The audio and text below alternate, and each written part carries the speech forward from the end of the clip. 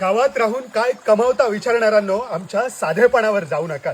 इथल्या गावठी जगण्याचं इकॉनॉमिक्स आम्ही पैशात मांडायचं ठरवलं ना तर शहरातल्या लाखो रुपये कमावणाऱ्या माणसाला सुद्धा हे क्वालिटी लाईफ पैशात विकत घेता येणार नाही.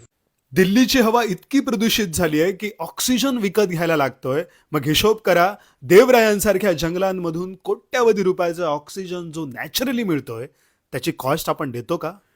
विराट कोहली फ्रान्समधल्या झऱ्यांचं बॉटल वॉटर विकत पितोय त्यापेक्षाही जास्त मेडिसिनल सह्याद्रीतल्या देवतळांचं नॅचरल मिनरल वॉटर आम्ही पितोय, त्यावर अन्नही पिकवतोय.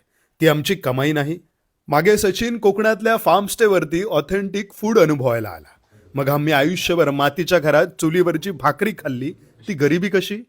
ऑर्गॅनिकच्या नावाखाली सुपर मार्केट्समध्ये मिळणाऱ्या ब्रँडेड फूड प्रोडक्ट्सपेक्षाही इकॉलॉजिकल फ्रेश फूड आम्ही स्वतः पिकवतो. मग त्याची किंमत काहीच नाही.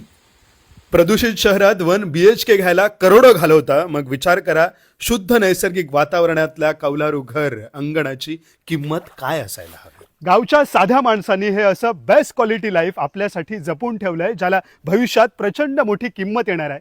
त्यातलं आनंदाचं अर्थकारण अनुभवायला तुम्ही रान माणूस सोबत नक्की या. कारण जगण्याची खरी सिक्युरिटी पैशात नाही हो, तर जल, जंगल आणि जमिनीत आहे.